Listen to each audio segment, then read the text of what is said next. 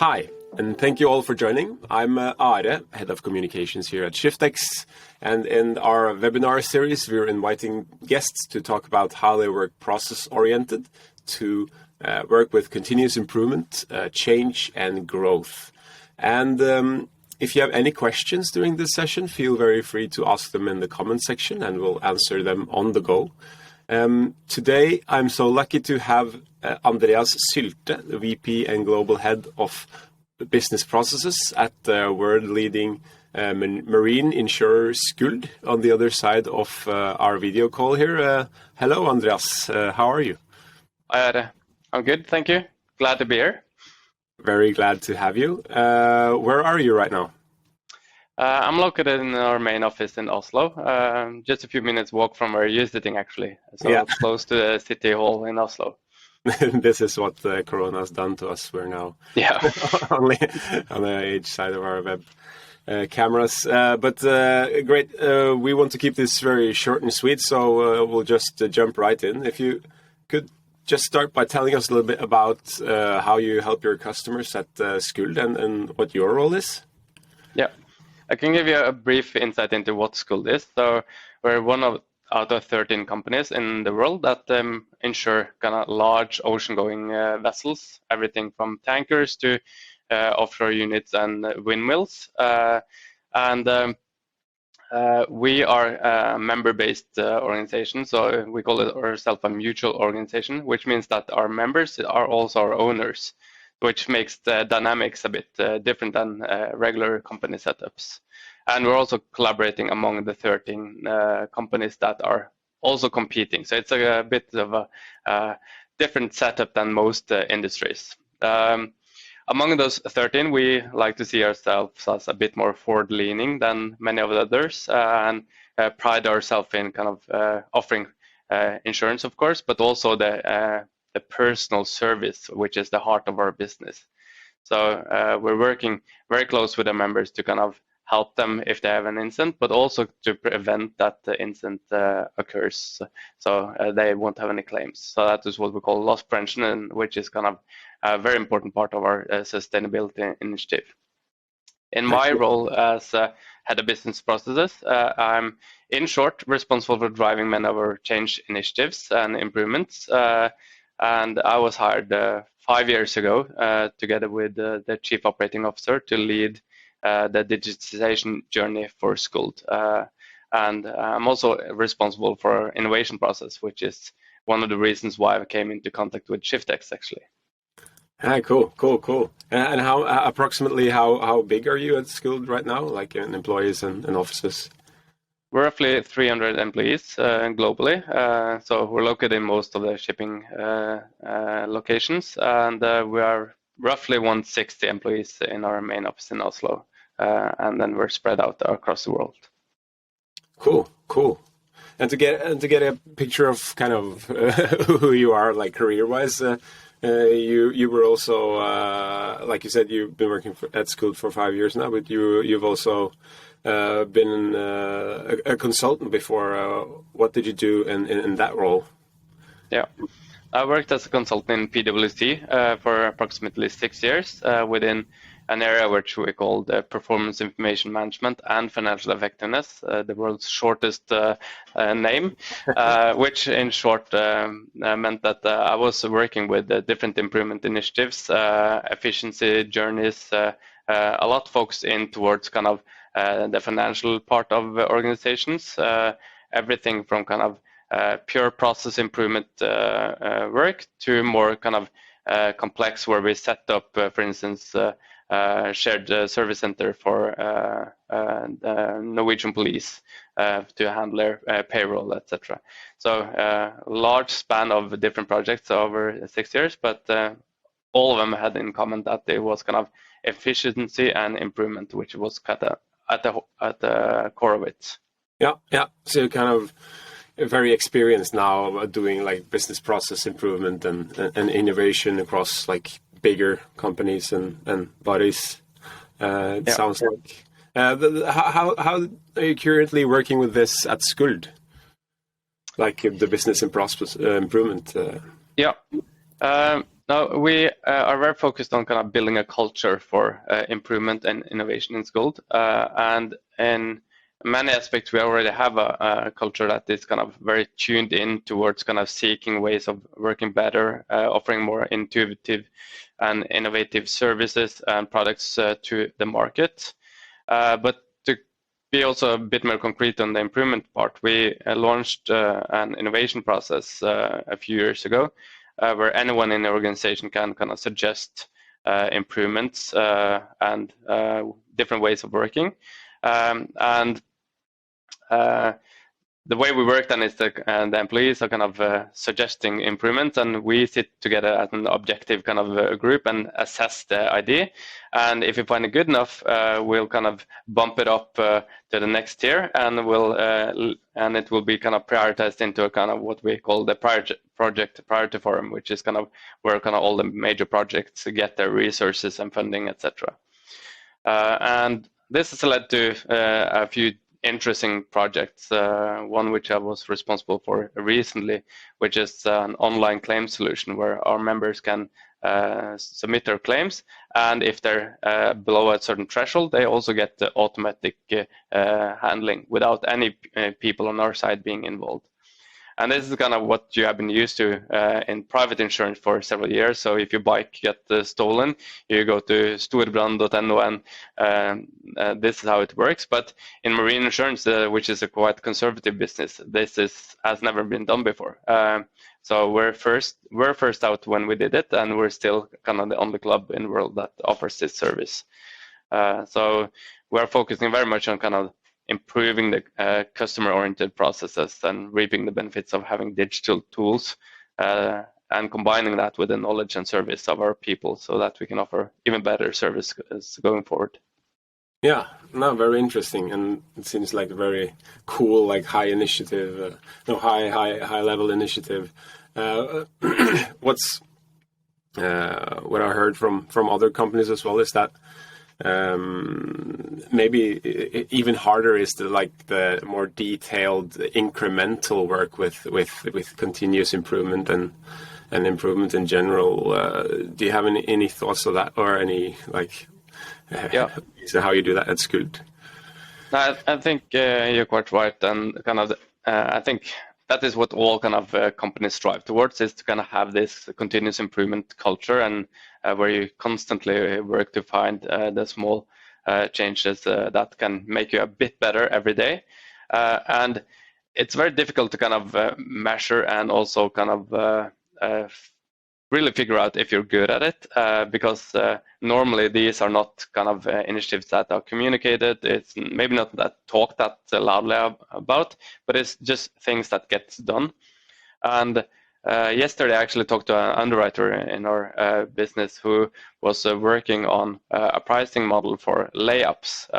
And this was kind of something that has been manual until today. But he had some few weeks where he had some spare time, and then he, together with some key personnel at our side, which knows the data, he combined that and created a pricing model, which now kind of automates part of that process. That's a kind of a very interesting example of kind of just employees that kind of are interested in developing and kind of have the passion to drive change, just take the ball and run with it and make change. So I think that is what we are striving for, but it's very difficult to measure it, to see that we're doing all these kind of small incremental changes, because they're there, but they're maybe not that communicated and visible. And that's like you're saying, the culture for working with continuous improvement. My next question was going to be, how do you manage responsibility and inclusion of your colleagues? Like, how do you get people on board, and do you have very specific like process owners of your different processes, or are things more fluid where groups are responsible for process? On a kind of high level, all the processes are kind of owned by a member of the executive management, and they have their own kind of management teams, which are normally responsible for their processes and their kind of responsibilities. But kind of the challenge, I think, is where you have kind of cross-functional processes where they are kind of interlinked, and that is an area where we're kind of focusing on trying to find kind of good solutions that work for the organization, where kind of you have clear ownership either of an entire process or kind of parts of the process. But I think most companies will kind of know that is kind of a challenging area where it can be challenging to find good solutions and to have that ownership when it's cross-functional. But that's something that we're very much focused on. Yeah. And as you say, like when a person comes to you or with a good solution, then it kind of maybe falls natural to that person to take some more responsibility as well.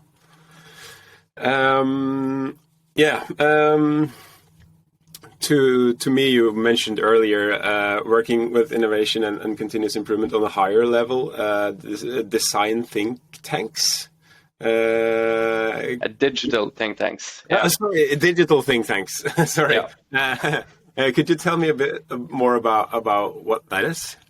Yeah. And this, we're constantly kind of evaluating trends that is relevant for Skuld. And from my responsibility, kind of digital trends is at the core of it. So we're always kind of looking at kind of what trends are out there and how may this affect us in Skuld.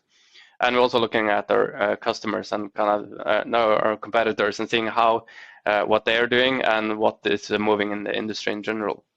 So kind of a third element of that was that we wanted also to see kind of what were the organization thinking about, what kind of improvements were they kind of having on their agenda, and seeing where we could improve. So we created the digital think tank, was kind of cross-functional collaboration across different people with different background and different seniority. So some had been with us just for a few months, others have been for years. So we tried to create a dynamic of kind of having the experience with those that are inexperienced and kind of have a different view on things. And together with those, we ran different workshops where we kind of probed the questions from different angles, and we ended up with roughly 130 ideas in the last round.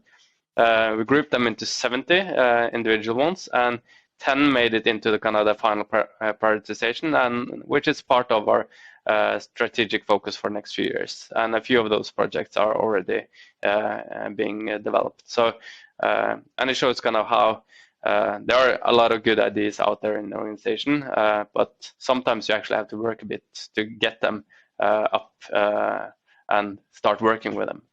Yeah, cool. And in those think tanks, every employee participates, like in Skuld? No, we did a selection of different people across the organization, but we also want to keep this kind of as a recurring thing where we invite more people in to do this, because we saw that it gives us such big benefits when we're doing it. Yeah, no, it sounds really cool. Cool. We talked a bit about it, but I'm gonna circle a bit back to it, because I know a lot of our other clients talk about it as well. Like because we know it can be pretty challenging to include and involve people in this work with continuous improvement and change, and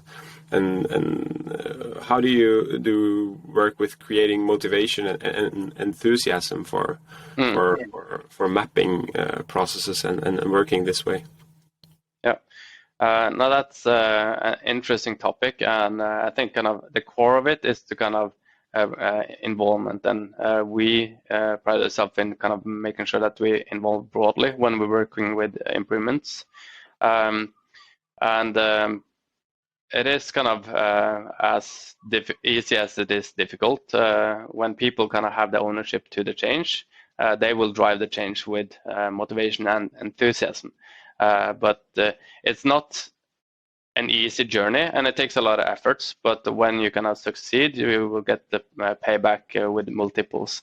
So it's kind of, I think the core of it is to kind of find those people that are motivated to work with change and see that they can actually affect their everyday work. And when they kind of get that ownership and that involvement, and my experience is that most people take that responsibility and actively help in that work.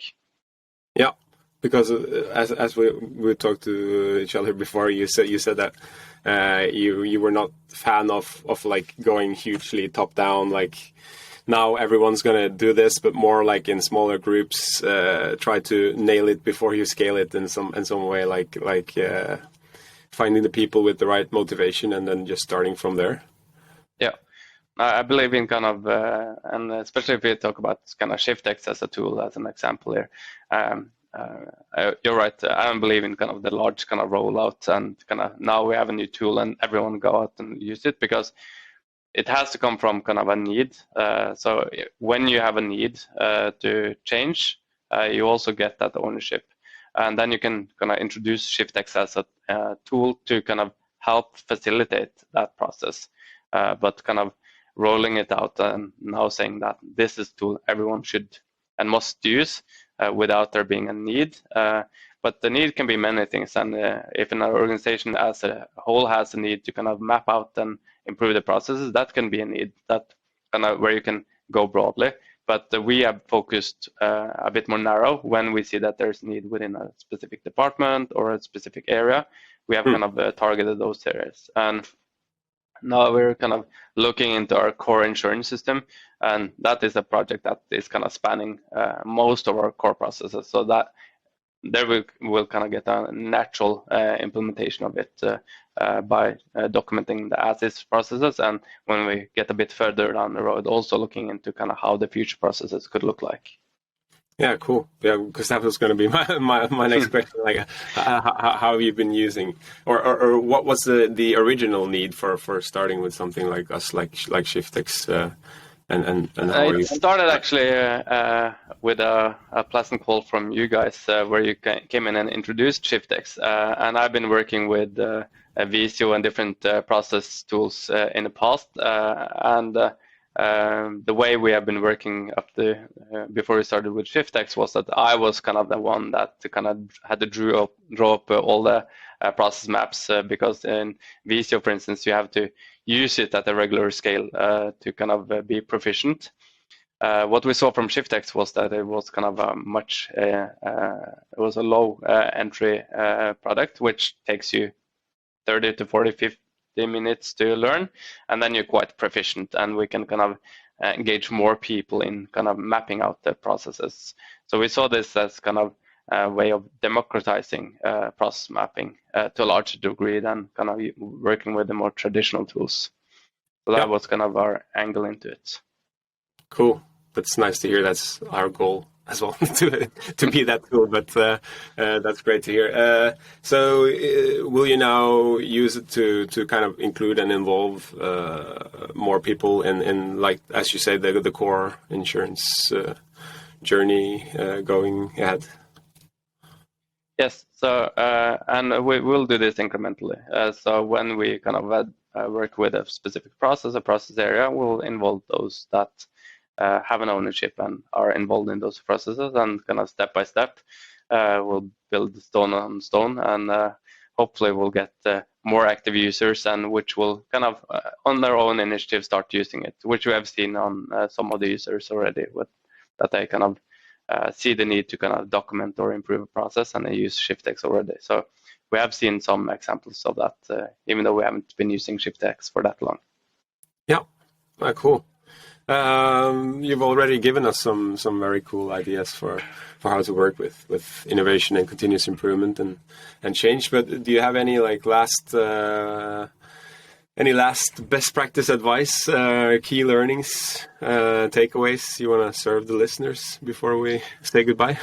There's probably a lot I could have mentioned, but I think kind of finding those interested in driving change and building on this is kind of key for succeeding. I think if you kind of are able to develop those with an inner motivation to work and drive change, they will be kind of an important factor for building a culture for continuous improvement, which we are all striving for, I think. Great, I totally agree. I think we'll leave it at that. Andreas, thank you very much for taking the time. And thank you guys all for watching. I think we'll leave the stream for a minute or two. If you have any questions, feel free to answer them and ask them in the comments. If you found the talk interesting, be sure to follow ShiftX and Skuld on LinkedIn. To catch our next webinar also with Asplan Viak, and try our tool for free at shiftx.com. Have a nice day.